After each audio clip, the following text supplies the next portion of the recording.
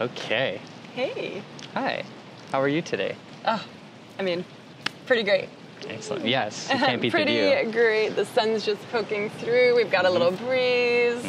Life is good. Life is good. Yeah. This is all actually just a green screen backdrop. It's not Yeah, actually there. poke through it. All this SFX and everything is just dubbed in.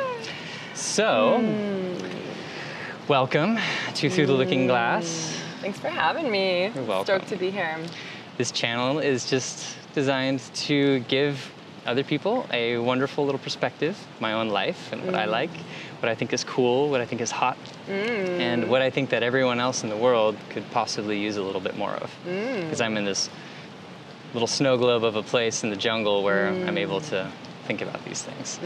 So I'm sitting down here today with Natalie Adele, who's a Kundalini practitioner and much, much more. Tell me a little bit about yourself. Thank you for asking. So, yes, I love teaching Kundalini yoga and all of that technology, which includes like meditation and breath work. And I refer to myself as an embodiment guide. And so I really like the word guide versus coach because it feels more cooperative. And so I think of myself like a Sherpa. Really guiding people back into this sometimes long and winding road back into their bodies, right? We, in this digital world, which we're going to talk more about, have drifted away from our bodies. And so my greatest passion is to offer tools and practices and rituals and insights, hacks that guide people back to their bodies, essentially. Nice. And do you do these things online, in person? What is your main source of transmitting this knowledge to people? I would say equally both at the moment, because both are really valuable for me as well. As you said, we live in this beautiful hub of Nosara, so I love offering in-person Kundalini and breathwork classes. It feeds my soul. It allows me to really weave my essence into the community and to receive from the community. And I also love doing online work as well, so doing one-on-one mentorship work with people, because what the world needs now is embodiment. And so the online space really allows me to capture a greater audience for transformation. Yeah, for sure. And in our day and age now where everybody's working at home, I think the study said 68% of employees in the United States work from home, either partially or full-time. That's huge. So not a lot of people have the time, strangely enough, to step away from that. So if you can bring it into their living room, the more the merrier, the better it is. Exactly. Meet them where they're at, right? Because if what we're talking about is everyone's on their devices in some way, shape, or form, then let's bring the embodiment to those spaces. Right. And then we can start to shift things. Totally. And we'll talk a little bit later about actually getting out of those spaces as well, and how important it is not to make everything inside the home and to put yourself out in parks and beaches and forests and all sorts of things like that in your life. Not even as a digital detox, but just as a method of navigating this life. Because everything is so condensed into these little electronic devices that we have now. So I have a few questions here for you. I love all juicy questions too. So from your perspective and what you're in, explain to me what a digital detox is. That's such a great question. I love this concept of digital detox, and anytime I mention it, people are like, tell me more. So digital detox, simply put, is offering yourself intentional time, whether it's throughout the day, the week, or the month, or your lunch break. A digital detox is intentional time that you choose to disconnect from devices. That would almost be like the dictionary version of it, right? And there's many layers, and you can go really deep. And there's also, within the term devices, so many devices, right? We've got Wi-Fi, we've got Fitbits, we've got Kindles, we've got phones, we've got computers, TVs, even smart cars, right? And so, but simply put, the umbrella term of digital detoxing is choosing to disengage from technology throughout certain moments in your day and in your week. Right. With intention. Yeah, and I can speak to this because I grew up playing video games, I grew up on a computer, I grew up immersed pretty much in this with no one even really telling you, you shouldn't do this for that long because of this. You should step outside to enjoy the nature. I was told those things, but I was never really given a reason why. And had I been told, like, well, all of these things that you're in front of have electromagnetic fields and they're actually displacing your actual energy of your body, I probably would have at least thought a little bit more about it. But when I grew up, that's all there was is computers for entertainment. I was homeschooled, so once again, putting me in that space. And eventually, from being a professional gamer and all these other things, and going to school for computers, being a videographer, sitting behind it all the time, I got kidney stones from actually like compressing that area and sitting in front of it. So not only do these things affect your magnetic field, they affect your well-being because you're sitting down in a stagnant position. You're not allowing yourself like the natural ebb and flow of life, of walking around and doing all this stuff. Even cars, I consider that would be like kind of in there with like the digital detox. Like get away from the car, walk a little bit, ride the bike, all that kind of stuff. So I very much understand all that coming from a lifestyle of technology, moving here to Nosara, kind of understanding a little bit more of it, actually feeling the effects of getting away from those things. And that's why I want to talk about it with you, is because not a lot of people actually have that chance to step away from it to even feel the difference and where they're at. That's a very good point. Yeah. So tell me a little bit about why you think it's needed in our day and age. Yes. Well, I feel like it depends on what generation I'm talking to. However, if it's someone that didn't grow up with technology as much as millennials do, for example. You and I, for example, we're not millennials, right? We had handwritten notes for certain times, and AOL was just coming out. And so for us and anyone older than us, I would say the main word is remembrance, remembering that inner child that rides her bike around town and writes handwritten love notes and things like that. It's a remembering. It's almost like a sense of nostalgia for something that we've already experienced in our life. Right. And for millennials who have never experienced the analog lifestyle, it's a discovery of what exists in that space, you know? Right. And both of which return us home to the underlying intention of digital detox is to allow yourself to be in the void, to allow yourself to untangle from the web, quite literally the web of technology that we're in, so that you can understand what comes up in that space. And why is that important? Because if we don't understand what comes up in the void of digital detox, then we're not going to fully, from an embodied space, understand why we are so attached to our devices in the first place. Right. What are we reaching for? What hole are we filling? What loneliness, unworthiness, fear of missing out wound is underneath all of it? And so this is, there's the physical, there's the energetic, there's the emotional benefits, and underneath all of it lies the deep transformation. Right. And also something that's in there that a lot of people don't think about is companies that Instagram, Facebook, all these things, they want that dopamine response in you so that they can keep you on their platform. So it's not in their interest per se to actually like have you outside and whatnot. And I just think that might seem obvious, but it's nice to say it every now and then just so that you know like what you're doing is actually like a control device. Yeah. Like it's keeping you in a certain space so that you have that like, oh, this is great. What's the next thing? And that like really, I don't think a lot of people are aware of that, or they lose that awareness within the devices and all these. Yeah. It's so true. And there's 2 points that I want to make to what you speak to is yes, remembering that when we're engaging with these devices and the applications within them, we are offering up our greatest asset to these platforms. And our greatest asset is our attention. It's what marketing companies, it's what social media pays big dollar to get from you. Right. And when someone else is getting it from you, it means someone else, including yourself, is not. And so just being mindful that our awareness, our attention, our consciousness is being pulled from by these platforms. And that's the first thing. And then the second thing is you'd mentioned dopamine. And so the brain is wired beautifully. And the first 10 minutes of your day are very valuable. What do you lean to for dopamine for the first 10 minutes of your day? For a lot of us, and again, no judgment here, but for a lot of us, it's email, cryptocurrency, how are my finances, what did that person comment on my post last night? And we get the dopamine hit. Yeah. And then the brain is wired to continue to seek exactly that which gave you the dopamine hit for the rest of your day.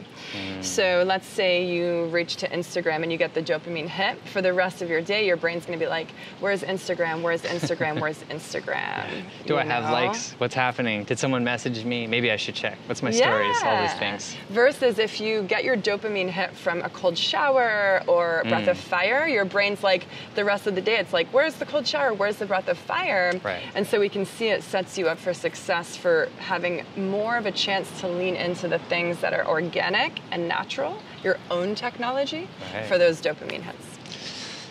Yeah, it's such a huge thing that people don't realize, that they're really just giving away their power, and they're subscribing to like a system, like when you wake up in the morning, reaching right for the phone. It's not even, if you think about it, it's not even really something that you want to do.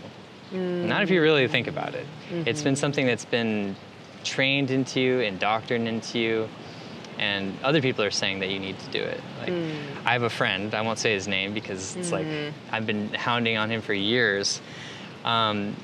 He goes to sleep at around 3 o'clock, 4 o'clock in the morning, plays video games, is, kind of in that world. As most people that play video games, they stay up really late. He sleeps in till like 12, 1 o'clock in the afternoon. He will sleep with his phone right next to him. Yeah, for sure. Not because he doesn't understand any of the things about electromagnetic fields, anything like that it might be harming him. He just wants it there as quick as possible. Yeah. He'll wake up, he'll have his phone in his hand, he'll be playing like Star Wars or Pokemon or some sort of thing on his phone, not even like acknowledging the people that are around him. And he'll go to the bathroom with it because he's taking a shit with it. He's doing everything with this device in his hand. Like and the game has made it possible so that he can do that. It's not one that he has to stay like completely attention grabbed. It's just something that he can have in his hand, check in with it, and do this. And one of the biggest things that I'm noticing with a lot of men these days, what are we, Generation Z or X or one of those? I'm 40, so most people underneath my age have a disconnect with their fellow man and their fellow people because they're more used to talking to a device than they are people at this point. Or even if they're talking to people, they're talking to them through a device. It's just more convenient, it's more simple, it meets the day we're in, but it also creates this disconnect from human nature. Yeah. So our pulse, our breath, our skin, yeah. It's like we are more depressed and more lonely than ever. And I don't say that to drop a dark cloud. It's a reality that we are more depressed and more lonely than ever in a world where we're seemingly more connected than ever. But like you said, all that's happening is my avatar is connecting to your avatar. But my body is lonely, right? My energy is low. My hormones are off, right? Because of all this dopamine and cortisol and all of that. And the way that we're communicating is through emojis, GIFs, and likes and loves, and forgetting how to use our words and the vibration, the unique imprint of our voices, Yeah, it's really wild. It really affects everything around us. So to talk about that a little bit, tell me a little bit about energetic fields and how they work in the body and what is affected by devices when we do that, when we have so much. Well, I think of like our auric field, right? Our electromagnetic field is our auric field, and it's a space that extends 8 feet around us. Working in the Kundalini realm, I talk to a lot of people about this, and here's what I say. I say, whether you believe in it or not, it exists, right? And how I like to compare it to is like a Wi-Fi connection. So you have your Wi-Fi router, and you have the radius with which it extends to. That's your auric field. Now, Sometimes we need an upgrade in the router. Sometimes the power goes out. Sometimes something funky happens. And we always know when our Wi-Fi isn't working properly because our device runs slower, right? This is what happens in our own electromagnetic field when we have a weak auric field. Now, by weak, I don't mean bad, wrong, no judgment. It's just your energy body is not radiance, right? And this is from shallow breathing, lack of embodiment, just, connection to devices. And so when your internet's running slow, you do an upgrade on your computer. You have fiber optic come in and check it out. You change the router. You do things to fix and adjust. And the same happens in our body. So when we practice Kundalini yoga, breath work, when we practice digital detox, and we literally go out in nature and let the Wi-Fi wash out of our fields, we go in the ocean, we start to strengthen our own connection. Right, and I've heard about this before also, as it like, it sort of like weans our auric field off, like having strong electronic devices around us, cell phones, TVs, whatever, has a tendency to weaken that field. Yeah. Because they're in like an opposition. Like you have your own magnetic field. If there's other magnetics around you, it can depolarize those kind of magnets. Yeah. And if you think hundreds of years ago, there were not these things. So our bodies have come from a state of not having all these electromagnetic sources around us to having literally thousands of them probably in your house. There's smart devices, your cell phone, this thing. Everything. Our watches. Yeah. So it's not like we can get rid of them. So what we need to do is we need to find ways to constantly like strengthen them, recycle them, wash these things away without getting too technical. So what can people do to kind of hack this, to have these electronic devices, because maybe it's our job or whatever? What can we do to really like soften that blow? Yes, it's a great question. Two things are coming to mind to me in terms of two categories, and there's lots of topics under that category. The first category is what can we do in our external worlds and change our relationship with to strengthen our auric field. So this is where digital detox comes in. I think of something real simple that is accessible for most people. Unplug your Wi-Fi router at night. Okay. Doesn't affect anything, right? The only thing that comes to mind is your alarm, but I don't even think you need Wi-Fi for your alarm on your phone to go off. So if you want to start with just whatever time it is, doesn't matter whether it's 3 a.m. or 11, we're not talking about that. Unplug your Wi-Fi router at night, and you're sleeping in a space that's Wi-Fi free. That feels pretty accessible to people. Yeah, that's a pretty easy one, and probably maybe turning your phone on airplane mode or even just completely off if you have that nice luxury. Yes. Turning the phone off, I think, gives a lot of people anxiety, and it's totally normal, and I think that is an end goal. But airplane mode is a great next step. It's all about like implementing really simple and realistic practices, because again, remember, underneath all of it, there's a deeper reason why we're connected to these devices. Right. So if we just pull it all away, that's going to be painful for us, Totally. Yeah. Wean. You gotta wean. We want to wean. And so I would say disconnecting the Wi-Fi router. And then one thing I love to suggest to people who have families or have dinner with friends is pick one day a week. I say tech-free Tuesdays. Pick one night a week that you and your family, you and your friends, you and your partner are going to have dinner together with no devices at the table. Right. And that could even look like you put a basket in the table and we all put the devices in the basket and we make it sacred and it's fun and it's interactive. And so, tech-free Tuesdays, turn your Wi-Fi router off at night. And for, like you were saying, a lot of us are working from home, so that means we're eating our meals during the workday at the desk, if we're even eating our meals at all. A lot of people I talk to are like, what, lunch break? But set yourself up, close your computer, and give yourself some time to eat mindfully. And again, it doesn't have to be every day. You pick Mondays or Tuesdays and see how it feels, Yeah, creating a routine and having a support system, like you said, finding people, your family or your friends or anyone that wants to kind of do this and have that support system available to say like, let's do this today, turn all of our phones off, have deep conversations with each other. And also paying that respect to yourself. Because if indeed, and science has proven this, that these things impact us on a mental level, on a physical level, then we should really be doing this for ourselves. Yeah. And actually like be proud of that, saying like, like I'm doing this because of this, and just going with it. It's a beautiful opportunity for us as individuals to practice boundaries with ourselves. Step one, totally. Remembering that other people aren't going to respect our boundaries if we don't respect them. It's a beautiful act of self-care, and it can be like a fun little adventure. You know, I have a client that I've been working with who has a 6-year-old and a partner, and one of her main goals coming into our work together was to spend more quality time with her family. And so we sort of reverse engineered it. Right. And what she's doing right now is, for just a half day on Sundays, so just 4 hours, from like 8 to 12, the whole household goes tech-free. You know, and so the 6-year-old is like exploring things outside. They're making pancakes together.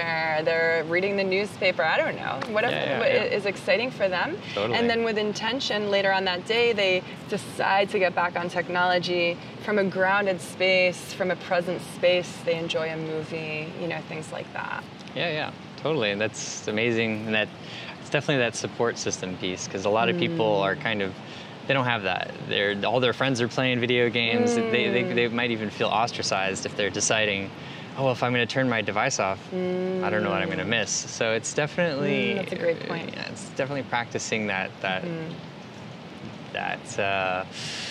don't know, that strength, that inner strength, discipline. It's fortitude, and one of my teachers says the easiest way to do something is to do it. Yeah. It's the most effective way. And so knowing that, it's going to be tricky, but have fun with it, see what comes up. And this is why, going back to your question before of what can we do to cultivate these practices, well, we can talk about what we can remove or have a healthier relationship with, and then in that space, supplement it with something that's going to fuel your magnetic field, such as breath work, such as a yoga practice, such as meditation, to help provide you with the fortitude to keep going with the Mondays without devices, the Tuesdays text-free, things like that, you know? Yeah, and it's not always so easy to feel at first. Also, like with anything, when you work out, you might feel tired and exhaustion, but you don't really build muscle until you actually implement it into like a routine. You're sticking with it. You have your diet. That's when you start to notice the differences. So with digital detoxing, I feel like you have to kind of keep up with this stuff. You don't just do it once and then be like, oh, I didn't feel a difference. It's something that's subtly wearing on your system, and after doing it for a while, digital detoxing, I think you will feel a difference.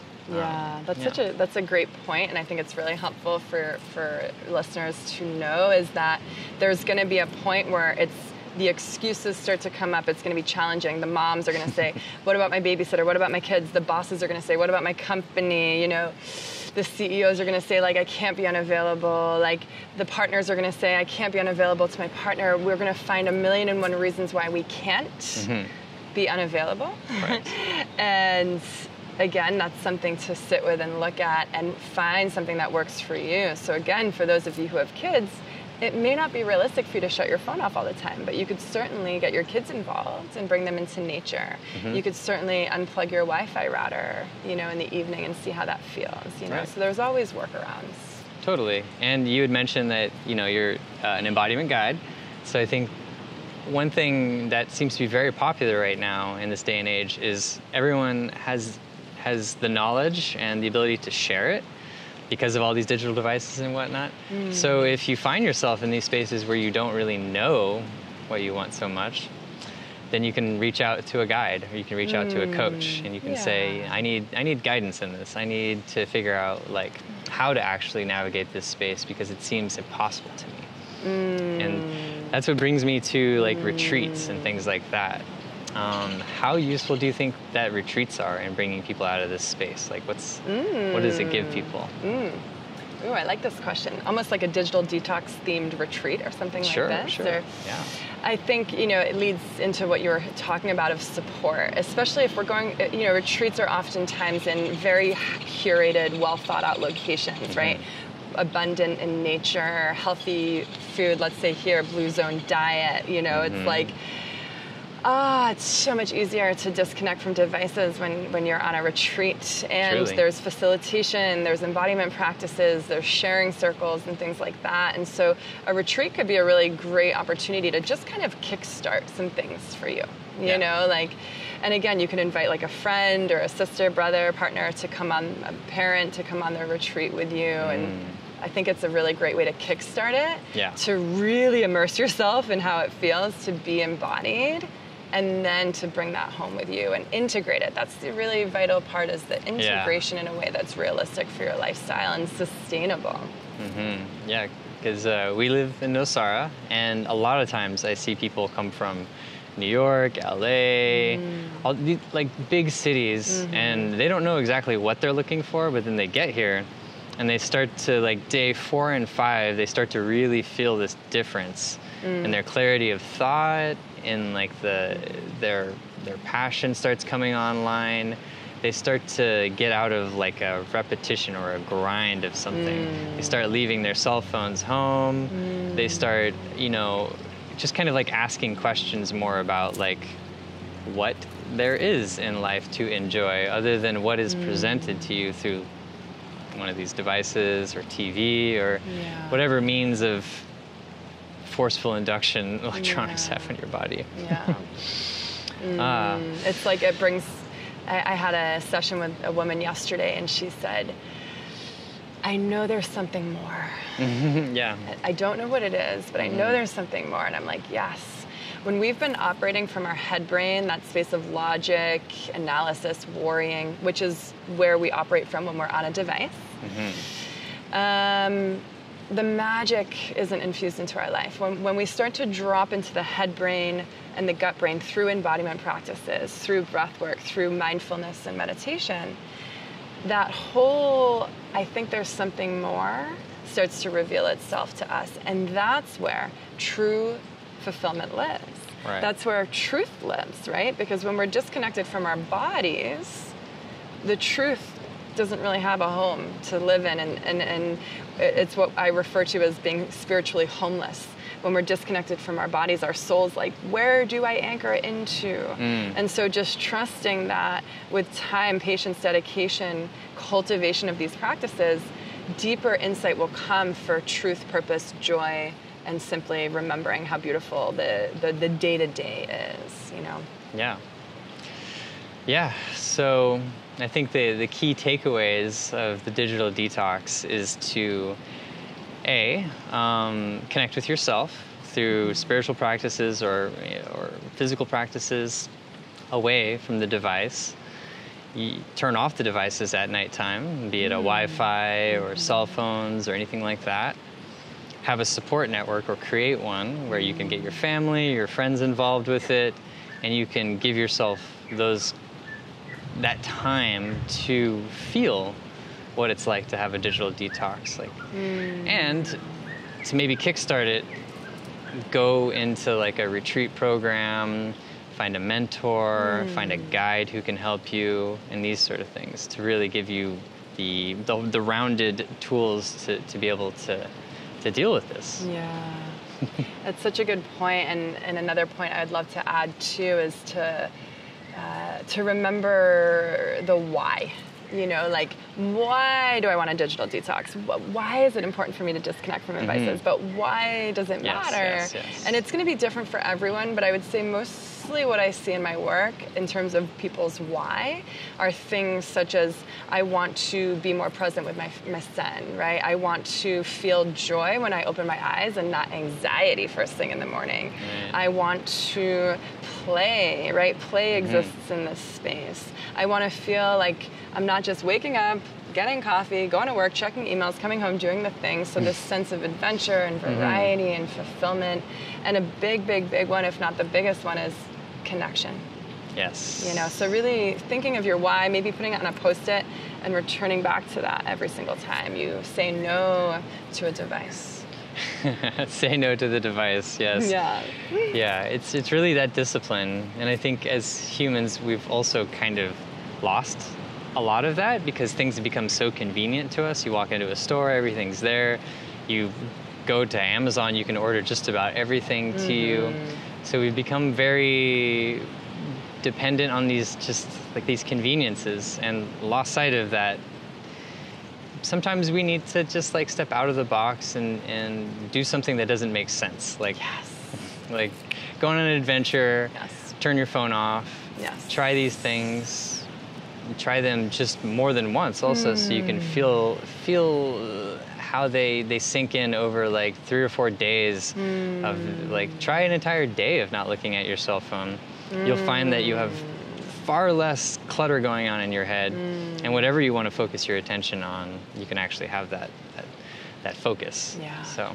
And again, remembering your attention is your most valuable asset, and before anybody else, you deserve to receive it from yourself. So. Totally.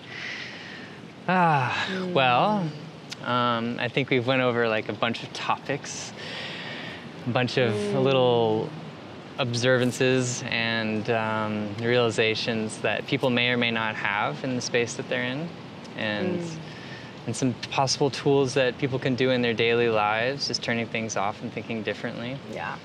Is there anything else that you'd like to add to this? Any shouts outs to any books or any things that you've studied with yourself to make this possible?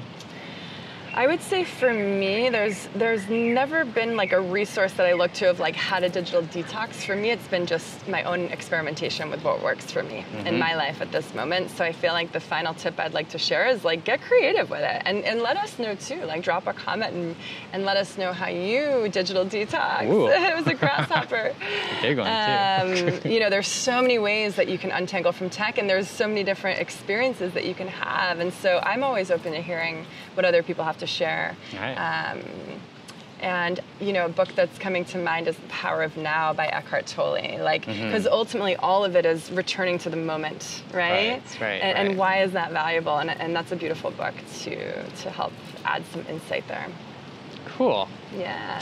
Well, thank you very, very much for having this discussion with me. I think it's super, super valuable information, and I think in this day and age, especially as things become more AI and more digital and everything becomes more and more online, it's going to ask more and more of us as people to spend our time on these devices if we want to make a living or we want to connect to other people.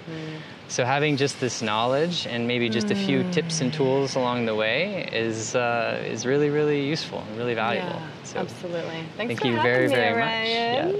Yes. And thank you for all out there listening. And if you'd like to know more about Natalie, her information will be below. You can find her on the interweb. You can find her in person here in Nosara if you are around. And that's about it, I think. Yeah. Ciao for now.